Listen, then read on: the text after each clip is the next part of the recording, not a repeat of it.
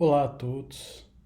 Vamos começar agora mais uma monitoria informal de hermenêutica jurídica. Vou falar sobre o texto Reviravolta Linguístico-Pragmática na Filosofia Contemporânea de Manfredo Araújo de Oliveira. Eu destrinchei o texto em 6 tópicos. Falar primeiro acerca da crítica à semântica tradicional e ao objetivismo. Depois, falar sobre a nova imagem da linguagem e a ação humana. Então passaremos pelo sentido, uso e regras da linguagem, para o conceito de compreensão, gramática e regras, e segmento de regras e ato social. O pensador que o texto trata é o Wittgenstein. Aqui está o Wittgenstein 2, seria Wittgenstein o retorno? Wittgenstein filho? Não, é porque Wittgenstein ele tem 2 fases centrais no seu pensamento. Uma fase mais precoce, que está representada na obra Tractatus Lógico-Filosóficos, que é uma fase em que ele pensava ter respondido todas as questões da filosofia, mas aí ele amadurece e muda de pensamento radicalmente, que aí é representado por essa fase do Wittgenstein II, presente nas obras Investigações Filosóficas, que ele aborda um conceito mais maduro de linguagem. E bom, a questão principal de Wittgenstein II é a pergunta pelo significado das expressões linguísticas. E nessa busca por uma resposta, ele trava um embate à teoria objetivista da linguagem. E o que seria essa teoria objetivista da linguagem? Bom, para um adepto, ele pensaria que a linguagem é um reflexo, um símbolo, uma representação, uma imagem de uma realidade. Por isso que ele diz uma teoria objetivista da linguagem. Né? Para um adepto a essa teoria, existiria a realidade objetiva, que seria captada pelo pensamento, e o pensamento seria refletido na linguagem. Então, uma expressão linguística, uma palavra, uma frase, nada mais, nada menos estaria fazendo do que refletindo uma realidade objetiva. Seria a linguagem como um símbolo, a linguagem como uma imagem. Então haveria na palavra, na expressão linguística, um lastro muito grande, uma conexão, uma corrente com a vida, com a realidade objetiva. A expressão linguística seria um reflexo dessa realidade. Então, quando eu falo vaca, quando eu uso a palavra vaca, eu estou me referindo à vaca, né? A vaca real, a vaca objetiva, perceptível. Contudo, Wittgenstein acha um problema nesse pensamento. Por exemplo, quando eu falo eu comprei uma bola, a palavra bola, a expressão linguística, corresponde ao fato da vida, à experiência objetiva. A palavra bola, de fato, simboliza uma bola, não é mesmo? Então, o significado da palavra corresponde à realidade objetiva. Contudo, no entanto, nem sempre a linguagem corresponderá ao seu igual, à sua igual, ao seu correspondente na vida. Não sei se deu para entender. Pode ser que, por exemplo, eu use a palavra bola, mas eu não esteja falando de uma bola. Vamos usar exemplos. Eu falo, eu comprei uma bola. Aqui bola significa de fato bola. Bola é bola. Bola é igual bola. Pronto. Não temos questões. Mas e se eu falar, ele é bom de bola? Bola aqui significa futebol. Não significa bola. Se eu falo, ela não me deu bola. Bola aqui não é bola. Bola é atenção. Se eu falar, o homem está uma bola. O homem está gordo. Ou então eu levei um chute nas bolas. Levei um chute naquele lugar. Conclusão: há significados múltiplos para uma única palavra. Então a palavra não é mais um mero reflexo de uma realidade objetiva.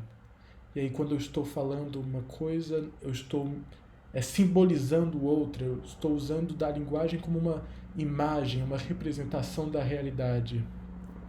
Né? Não cabe mais esse pensamento, uma vez que eu posso falar de uma coisa, mas a minha representação ser de outra coisa. Eu posso usar uma mesma palavra e empregá-la em diferentes sentidos. Não pode mais se pensar numa palavra ligada a um lastro.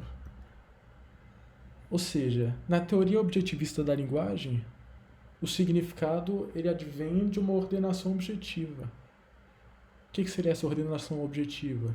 Seria justamente esse pensamento de que as coisas têm uma ordem natural. O pensamento capta essa ordem. E a linguagem expressa o pensamento, logo reflete a mesma ordem. É o pensamento da linguagem como uma cópia fiel dos fatos do mundo. Wittgenstein 2, Wittgenstein, O Retorno, fala não. O significado ele vem de um jogo de linguagem, que é o sentido das expressões linguísticas, ou seja, o sentido das expressões linguísticas é determinado pelo uso e pelas regras seguidas nos diferentes contextos de uso das palavras. Conclusão: eu posso falar uma coisa, mas o sentido ser outro. Posso falar bola, mas olha só o tanto de significados diferentes que tem para a palavra bola. E aí surge aquela questão, como é que eu sei que quando eu estou falando de bola, eu estou falando de bola? Quando que eu estou falando de bola, na verdade eu estou falando de futebol? Quando eu estou falando de bola, na verdade eu estou falando gordo? Como é que eu sei, como é que eu identifico essas regras? Bom, Wittgenstein então desenvolve uma nova teoria. Ele desenvolve uma nova imagem da linguagem, que possui 3 características. A primeira é a linguagem como uma atividade humana, uma ação. A segunda é a linguagem como contextos de ação e formas de vida. E, por fim, ele elabora o seu mais grande conceito, que é os jogos de linguagem. Bom, linguagem como atividade humana, como ação. Para Wittgenstein, a linguagem é uma ação, assim como andar, passear, colher, etc. Dessa forma, há uma íntima relação, se não identidade, entre linguagem e ação. Da mesma forma que eu uso uma ferramenta, eu estou empregando a linguagem. A linguagem como verbo, né? E essa linguagem, ela não existe de forma abstrata, num limbo, né? Numa ideia metafísica. A linguagem, ela está presente na vida, nos contextos de ação. Ou seja, a atividade linguística realiza-se sempre em contextos de ação bem diversos, denominados de formas de vida. Então, a sala de aula é uma forma de vida. O tribunal do júri é outra forma de vida totalmente distinta. Uma conversa com amigos é uma outra forma de vida, uma conversa com os pais é outra forma de vida. Forma de vida pode ser vista aqui como o contexto de ação em que a linguagem é exercida. E a função da linguagem é sempre relativa à forma de vida determinada, a qual está integrada. Ou seja, as regras do jogo de linguagem de um tribunal de júri é diferente das regras de um jogo de linguagem de uma sala de aula. E o que é esses jogos de linguagem? Nos diferentes contextos, seguem-se diferentes regras, podendo-se, a partir daí, determinar o sentido das expressões linguísticas. O sentido só pode ser resolvido pela explicitação dos contextos pragmáticos. Ou seja, cada contexto, cada forma de vida em que eu exerço, em que eu pratico a linguagem, haverá regras diferentes. E a partir dessas regras, eu posso determinar o sentido das expressões. Façamos exemplos. Quando eu digo, o João pisou na bola, O que você entende? Bom, não entendi muita coisa, porque eu estou aqui abstraindo uma frase. Eu tirei ela do seu contexto. Para a gente identificar o sentido dessa frase, a gente precisa primeiro saber quais regras do jogo da linguagem que ela está submetida. Mas para eu saber quais são as regras, eu tenho que identificar também o contexto. Exemplo. Maria discute com a sua amiga Júlia a sua vida amorosa. Na semana passada, João havia combinado de sair com ela para jantar.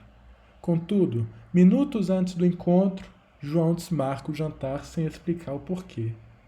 Aí Maria, muito abalada, fala: o João pisou na bola. Esse daí é um contexto.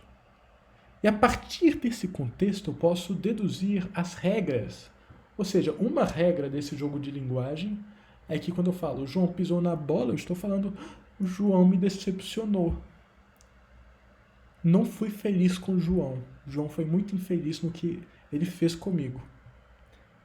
Então, ou seja, quando é uma regra. Quando eu falo João pisou na bola, na verdade eu quero dizer isso. E a partir do conhecimento dessa regra, eu posso deduzir o sentido, o significado. Então, Júlia, quando ela escuta o João pisou na bola, na verdade ela subentende que Maria está decepcionada com João. Outro exemplo. Rafael estava brincando com seu filho João quando, por acidente, a criança pisa em sua virilha. Rafael vai ao ginecologista, que o pergunta o que aconteceu. E aí, o Rafael fala: o João pisou na bola. Aqui há outro contexto, com outras regras e com outros significados. Quando o Rafael ele fala o João pisou na bola, na verdade ele está falando o João pisou nas partes sensíveis. E aí o médico que está escutando consegue entender, né? O que o João quer de fato dizer com essa frase. Outro exemplo. Pedro vai jogar futebol quando encontra a bola murcha. Ao perguntar ao seu colega Gabriel o que havia acontecido, ele explica: o João pisou na bola. Aqui nesse contexto, nessa forma de vida, a regra é, quando eu falo o João pisou na bola, eu quero dizer literalmente que ele pegou o pé dele, foi lá, pisou em cima da bola, furou a bola ficou murcha. E o sentido, a pessoa que escuta isso consegue então captar esse sentido. Mas olha só, está tudo dentro de um contexto. E cada contexto tem regras. E essas regras que determinam o sentido dos enunciados. Então, olha só, no jogo de linguagem, o sentido das palavras é definido pelo uso. Assim, o problema da significação não se resolve sem a consideração do contexto global de vida onde as palavras estão. É o hábito do uso de determinada expressão linguística que sanciona sua significação específica. Ou seja, é um hábito, é uma prática, é uma técnica. À medida que eu vou vendo essas palavras, essas expressões sendo usadas em diferentes contextos, em diferentes situações, eu começo a captar o seu significado. Da mesma forma que ao aprender um idioma eu escuto muito uma palavra, e aí eu começo a captar o seu significado, eu começo a poder usar essa palavra nesse idioma, da mesma forma na nossa linguagem, nós captamos o significado, as regras dos jogos. Isso se torna um hábito. Ou seja, para compreender, o conceito de compreensão em Wittgenstein não designa um ato intencional, a captação de uma imagem, a vivência interior de um sentido, mas antes um saber como se faz, dominar uma técnica. Então a compreensão não é um mero exercício intelectual de abstração, de simbolização, uma coisa metafísica. Não, é ligada com a nossa vida diária, nosso cotidiano. É uma habilidade, uma técnica ligada à linguagem como ação. Da mesma forma que eu sei utilizar uma expressão em determinado contexto, eu sei também andar de bicicleta. Eu sei fazer algo. Tudo está misturado, é tudo uma técnica, uma habilidade. E compreender é adestrar-se a determinada praxis, é inserir-se em determinada forma de vida. Ou seja, quando alguém fala Lili cantou, ela quer falar que ela está celebrando a soltura de alguém que estava preso. Contudo, a compreensão dessa expressão não é possível apenas com uma análise gramatical, semântica. Eu posso, por exemplo, pesquisar no dicionário o que significa Lili e eu não vou encontrar um significado. Ou seja, eu preciso entrar no contexto que determinada frase é usada para apreender o seu significado e assim poder usá-la. Outro exemplo, alguém fala, isso é muito brete. Brete significa atitude confiante, independente e hedonista. Usar uma palavra como brete é uma técnica, é uma habilidade, assim como é saber andar de bicicleta ou saber fazer uma lasanha. Para usá-la e saber identificar o seu significado, você precisa inserir-se em uma determinada forma de vida. Ou seja, apenas estando em situações em que essa palavra é usada corriqueiramente, é que você vai começar a intuir as regras por trás do seu uso e adquirir essa habilidade de usar essas expressões. E aí, quando você vê alguma coisa, você pode falar: nossa, isso é Brett. Ou então, caraca, fulano de tal é Brett. Mas para isso eu tenho que adquirir essa habilidade, essa técnica, por meio de diferentes contextos. Ou seja, a linguagem como algo vivo, algo ligado à vida. Então, Wittgenstein define dois tipos de gramática. Gramática superficial, que é aquela que a gente aprende na escola, que é o conjunto de normas para a construção correta de frases. E, por outro lado, ele identifica uma gramática mais breadth, uma gramática profunda, que é o conjunto de regras que constitui determinado jogo de linguagem. Esse tipo de gramática revela a pluralidade dos modos da linguagem humana e o critério para o emprego correto das palavras. Bom, por fim, e como que se dá esse segmento de regras e ato social? Como que se estabelece que em determinado contexto tal palavra significa tal coisa? Bom, o segmento de uma regra não é um processo mecânico, mas um ato social. Não é alguém subir num palanque e falar que a palavra bola, quando usada no contexto A, significa X, quando usada no contexto B, significa Y, quando usada no contexto C, significa Z. Não, não é um processo mecânico, mas sim um ato social. Ou seja, as regras são estabelecidas comunitariamente, definindo os limites das ações possíveis. O aprendizado de uma regra pressupõe um ato livre de pessoa. Então, é um fenômeno espontâneo, criativo, social, que se dá à medida que a linguagem vai sendo usada.